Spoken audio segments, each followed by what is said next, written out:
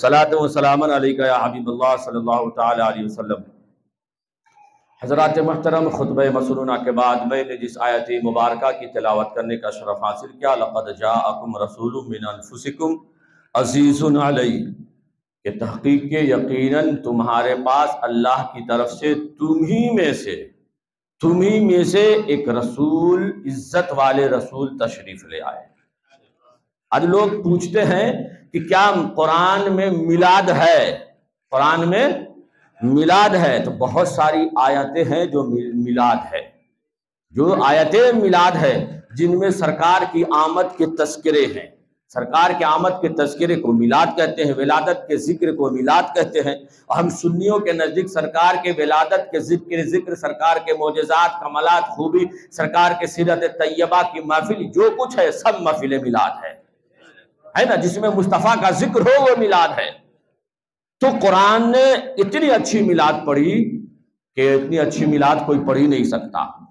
قرآن نے آمد کا ذکر کیا، پیدائش کا ذکر نہیں کیا بلکہ آمد کا ذکر کیا۔ تمہارے پاس تمہیں میں سے ایک عزت والے رسول تشریف لے آئے۔ گویا قرآن یہ کہہ رہا ہے کہ جب بھی میرے حبیب کا، میرے محبوب کا ذکر کرو، عزت کے ساتھ کرو، تعظیم و تکریم کے ساتھ کرو، ادب لحاظ ملحوظ خاطر رکھ کے کیا کرو۔ یہ نہ کہ تم ایسی باتیں کرنا شروع کر دو کہ کرتے کرتے تم نبی کی گستاخی کر بیٹھو، جیسے کہ آج لوگ کر بیٹھتے ہیں، جیسے کہ آج کل لوگ کر بیٹھتے ہیں۔ آپ نے گزشتہ جمعہ کو میری باتیں آپ نے سنی بھی ہوگی، سوشل میڈیا پہ جو باتیں پھیل رہی آپ نے سنی بھی ہوگی۔ اپنے آپ کو بڑے اسکالرز لوگ سمجھتے ہیں، بڑے مفتی سمجھتے ہیں، لیکن دل میں جو بغض و ناد مصطفیٰ کے لیے ہے نا، وہ کبھی نہ کبھی زبان پہ وہ عداوتیں، وہ دشمنی ظاہر ہو ہی جاتی ہے کہ مصطفیٰ کے لیے اس کے دل میں محبت ہے یا عداوت ہے۔ دیکھیں اس بدبخت نے کیا کیا، صرف قرآن کی شان میں گستاخی کی، صحابہ کی شان میں گستاخی کی، اور سرکار کی شان میں گستاخی کی۔ چھوٹے سے جملے سے اس نے 3 گستاخیاں کر ڈالی۔ صحابہ کی ذات پہ بھی اعتراض کیا، صحابہ کے ذات پہ اعتراض کیا کہ صحابہ نے قرآن غلط لکھا، صحابہ نے قرآن غلط لکھا۔ اب مصطفیٰ کی ذات پہ کہ مصطفیٰ چونکہ پڑھنا لکھنا نہیں جانتے تھے، پڑھنا لکھنا نہیں جانتے تھے، اس لیے وہ نہیں سمجھے کہ صحابہ نے صحیح لکھا یا غلط لکھا، اس لیے اس کی تصحیح نہیں ہوئی، اس میں جو کریکشن ہونا چاہیے وہ نہیں ہوا۔ تو اس دور سے آج تک قرآن اسی کی طرح لکھا ہوا ہے، گرامر کے حساب سے وہ غلط ہی لکھا ہوا ہے۔ آپ بتائیں اس جملہ کو کوئی غیر مسلم آج جو اسلام کے خلاف، قرآن کے خلاف آواز اٹھاتا ہے، وہ انسان سنے گا تو بھونکے گا یا نہیں بھونکے گا؟ بولیے، بھونکے گا نا؟ قرآن پہ آواز اٹھائے گا نا؟ قرآن پہ انگلی اٹھائے گا نا؟ مصطفیٰ پہ انگلی اٹھائے گا نا؟ ہمارے نبی پہ موقع کس نے دیا؟ موقع کس نے دیا بھونکنے کا؟ اسی طریقے سے انگریز کے ٹکڑوں پہ پلنے والے نام و نہاد ملا جو اپنے آپ کے بڑے اسکالر سمجھتے ہیں، انہوں نے موقع دیا۔ اگر آج اس نے کہا قرآن میں غلطی ہے، کوئی کافر سنے وہ بھی آپ سے کہہ سکتا ہے تمہارا قرآن غلط لکھا ہے، آپ اسے روک سکتے ہو؟ وہ دلیل دے گا تمہارا ہی مولوی کہہ رہا ہے۔ تو بتاؤ گستاخ پہلے کون، موقع کون دیا؟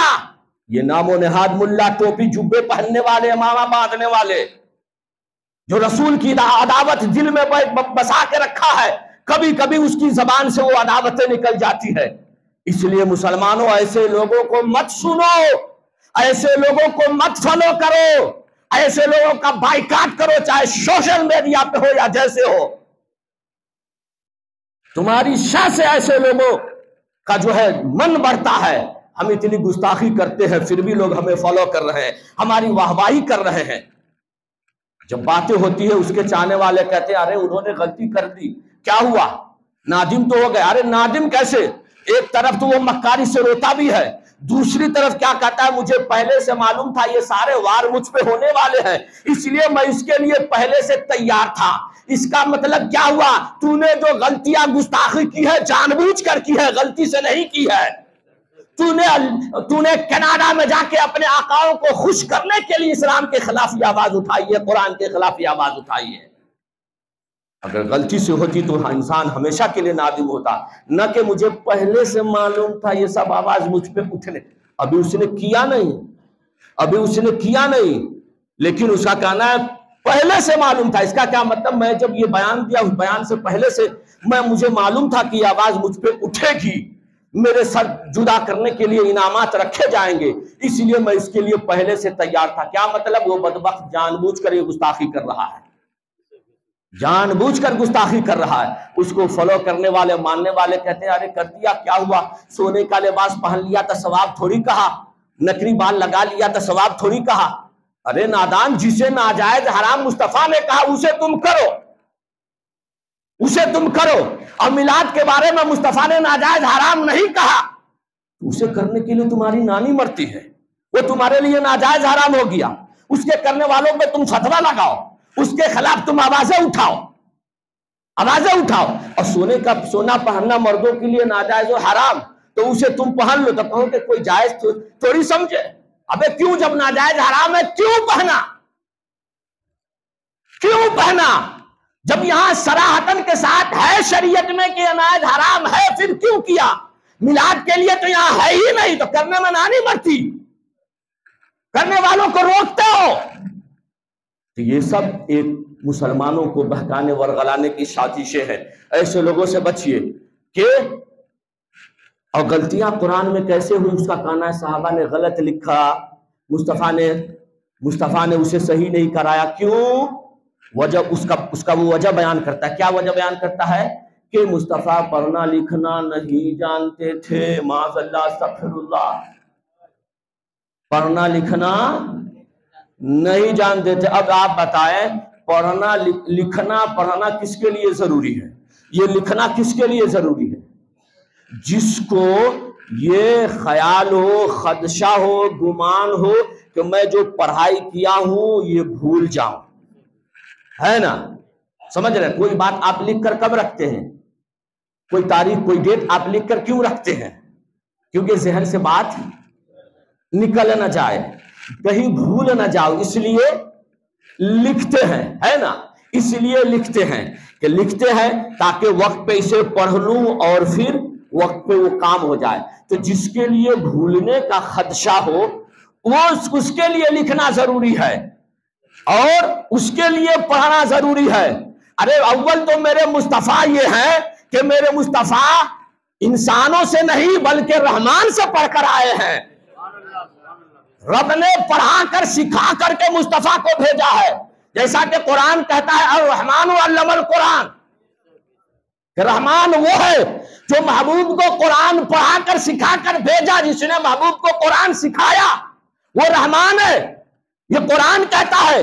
لیکن اب ہم اس بات پہ تذکرہ کر رہے ہیں کہ لکھنا کس کے لیے ضروری ہے؟ جس کے لیے خدشہ ہو، گمان ہو کہ وہ بھول جائیں. ہم کوئی چیز لکھ کر اس لیے رکھتے ہیں کہیں ہمارے ذہن سے بات نکل نہ جائے، اس لیے ہم لکھتے ہیں کہ لکھ لیں گے، پڑھ لیں گے، بات یاد آ جائے گی، بات تازہ ہو جائے گی، پھر لوگوں کو بیان کر دیں گے، لوگوں کو سنا دیں گے. ارے مصطفیٰ تو وہ ہے، ان کے لیے لکھنا پڑھنا ضروری اس لیے نہیں کہ مصطفیٰ نظر اٹھاتے تھے لوح محفوظ کو دیکھتے تھے. تم کا تو لکھنا پڑھنا نہیں جانتے.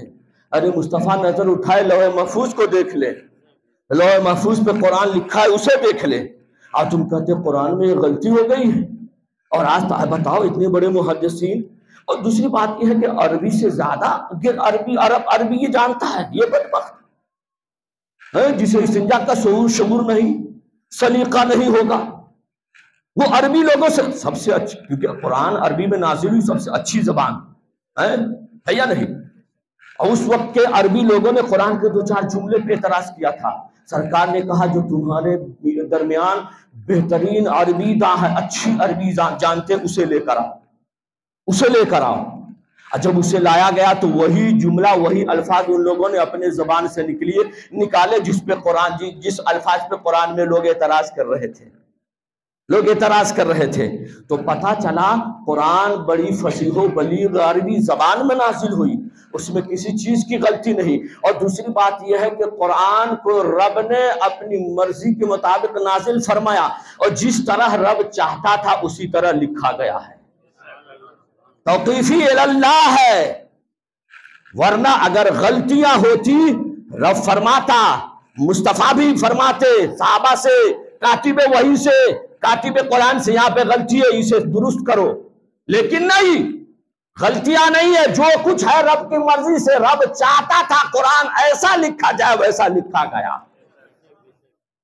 آج لوگ قرآن پہ اعتراض کرتے ہیں، صحابہ کی ذات پہ۔ اب تم صحابہ نے قرآن لکھا، تم نے صحابہ پہ اعتراض کیا کہ صحابہ نے غلط لکھا، اب صحابہ کی ذات پہ جب اعتراض ہوگا تو قرآن پہ بھی اعتراض ہوگا، پھر صاحب قرآن پہ بھی اعتراض ہوگا، اور اعتراض تو ہوگا ایک ذات پہ اعتراض کرنے سے، تم نے تو تینوں ذات پہ اعتراض کر دیا۔ کیسے بدبخت لوگ ہیں!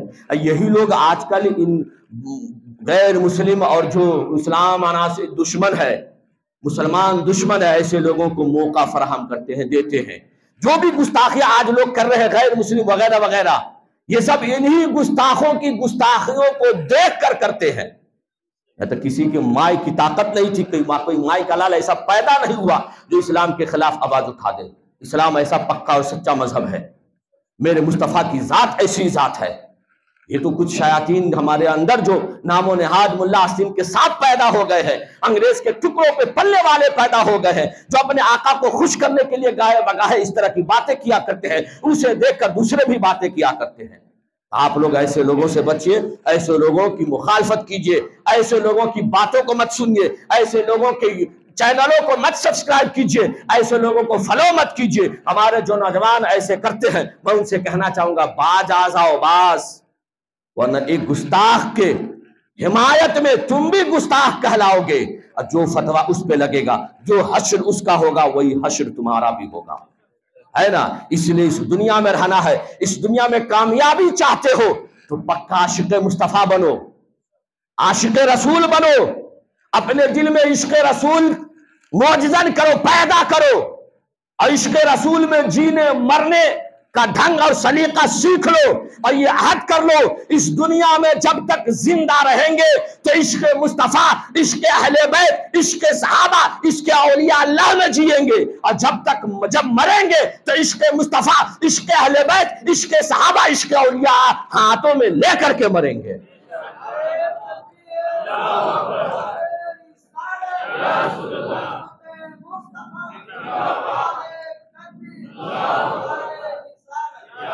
تب کامیاب و کامران ہو سکتے ہو، سمجھ گئے نا؟ عاقل جو ہے کبھی بھی اسلام کی دفاع نہیں کر سکتا، اپنے مصطفیٰ کے ناموس کی اور ناموس رسالت کا دفاع کوئی عاقل عقل والا نہیں کر سکتا، کوئی پروفیسر لیکچر ڈاکٹر نہیں کر سکتا، یا صرف نام و نہاد ملا کوئی عالم مفتی نہیں کر سکتا۔ صرف عاقل ہے تو عقل والا ہے تو یہ سب نہیں کر سکتا، بلکہ اگر آپ چاہتے ہو کہ ہم یا ہماری اولادیں، ہماری نسلیں، ہمارے بچے ناموس رسالت کی حفاظت کرے، اسلام کے خلاف جو آواز اٹھے اس آواز کا دفاع کرے، اور جو ہے اس آواز کے خلاف اب ہمیشہ تیار رہے لڑنے کے لیے، اسلام کی حفاظت کے لیے، ناموس رسول کی حفاظت کے لیے، جب آپ یہ چاہتے ہو تو آپ کو عاشق بننا پڑے گا، اپنی اولادوں کو عاشق بنانا پڑے گا، عاشق بنانا پڑے گا، کیونکہ بے خطر کود پڑا آتش نمرود میں عشق، بے خطر کود پڑا آتش نمرود میں عشق، عقل تھی محو تماشائے لبے بام، ابھی عقل والے سوچ رہے تھے، عقل ابھی تماشا دیکھ رہی تھی کہ عشق نے چھلانگ لگا دی۔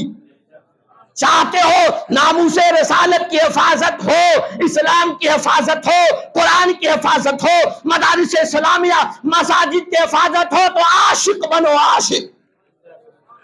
عاشق بنو، کیونکہ جب عاقل بنو گے تو سوچتے رہ جاؤ گے، اور عاشق بنو گے تو جان لٹا کر بازی لے جاؤ گے۔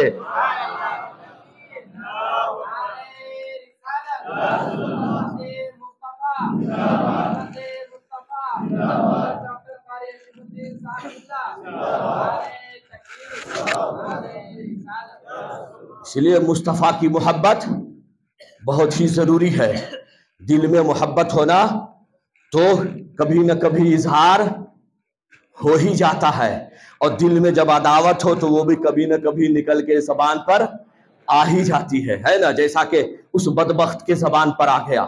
اس لیے اپنے دل میں عشق مصطفیٰ پیدا کیجئے، عشق مصطفیٰ کے مطابق زندگی گزارنے کی کوشش کیجئے۔ قل ان کنتم تحبون اللہ فاتبعونی یحببکم اللہ، رب کا فرمان محبوب آپ فرما دو اپنے چاہنے والوں، اپنے غلاموں سے کہ اے میرے غلاموں، اے میرے کلمہ پڑھنے والوں، اے میری امتیوں، تم چاہتے ہو کہ رب تبارک و تعالیٰ کا تم محبوب بندہ بنو، تم چاہتے ہو کہ تم اللہ کا محب بندہ بنو، تم اللہ کی محبت کا دعوے دار ہو، تو فتبعونی، پہلے میری اتباع کرو، مجھ سے محبت کرو، میری اتباع کرو، مجھ سے محبت کرو، میری پیروی کرو۔ جب رسول سے محبت کریں گے، رسول کے چاہنے والے ہوں گے، تو اللہ تعالیٰ اپنا محب و محبوب ہمیں بنا لے گا۔ رب کی بارگاہ میں دعا ہے اللہ تبارک و تعالیٰ ہم مسلمانوں کو پکا سچا عاشق رسول بنائے اور ناموس رسالت کی حفاظت کرنے کی توفیق عطا فرمائے۔ اعلان سماعت کر لیجئے، کل بروز شنیچر